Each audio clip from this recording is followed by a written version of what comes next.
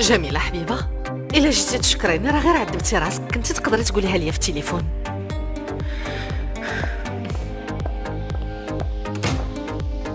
ولا ياك ما عجبكش الحال حيت هاد المرة سرقت لك دور البطولة. للأسف ما كنتيش البطلة اللي كتعتق نديم، أنا اللي عتقتو هاد المرة ياك. انا وسعد غادي نتطلقوا وما غيبقاش عندي وجود في الحياه ديال نادين، حتى انا صافي درت اللي عليا، ودابا جا الدور ديالك انت. وشنو هو الدور ديالي بالسلامة؟